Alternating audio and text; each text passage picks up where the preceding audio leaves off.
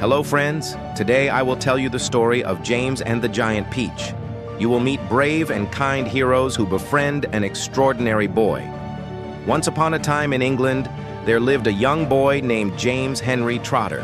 His parents were kind and loving, but unfortunately they died in a car accident.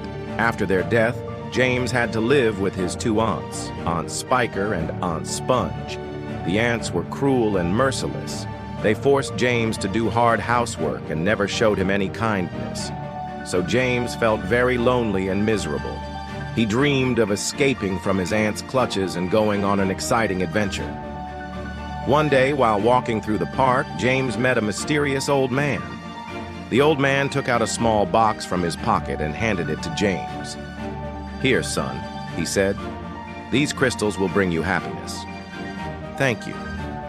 James took the box and continued on his way. Suddenly he tripped, and the box fell from his hands. James was so frightened that he started to run. He didn't notice where he was going and accidentally dropped the crystals near a tiny peach tree in his aunt's garden.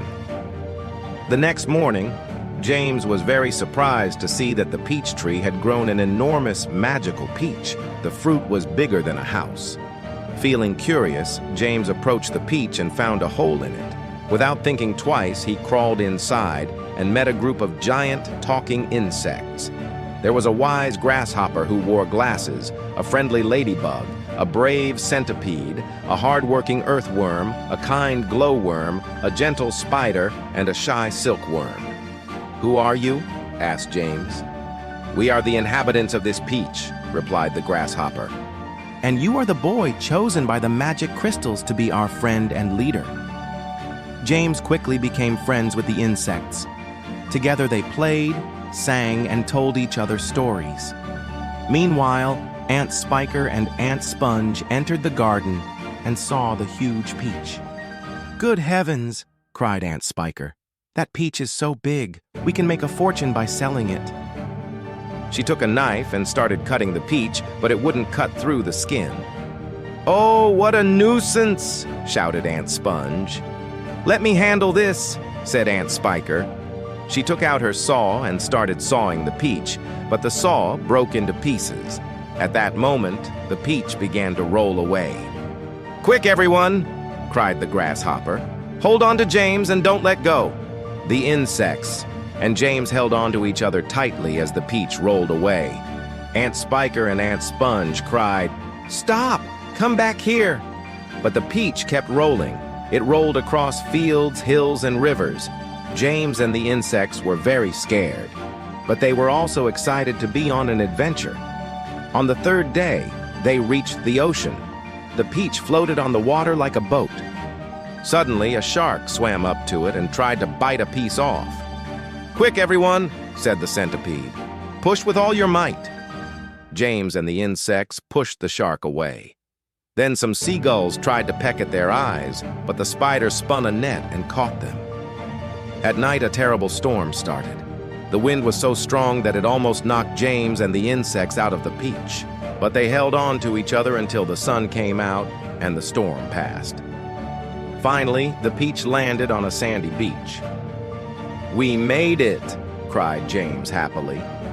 The peach grew even bigger and provided shelter for James and the insects. The grasshopper, the ladybug, and the spider taught James how to be brave, kind, and confident. The centipede and the earthworm helped him to overcome his fears.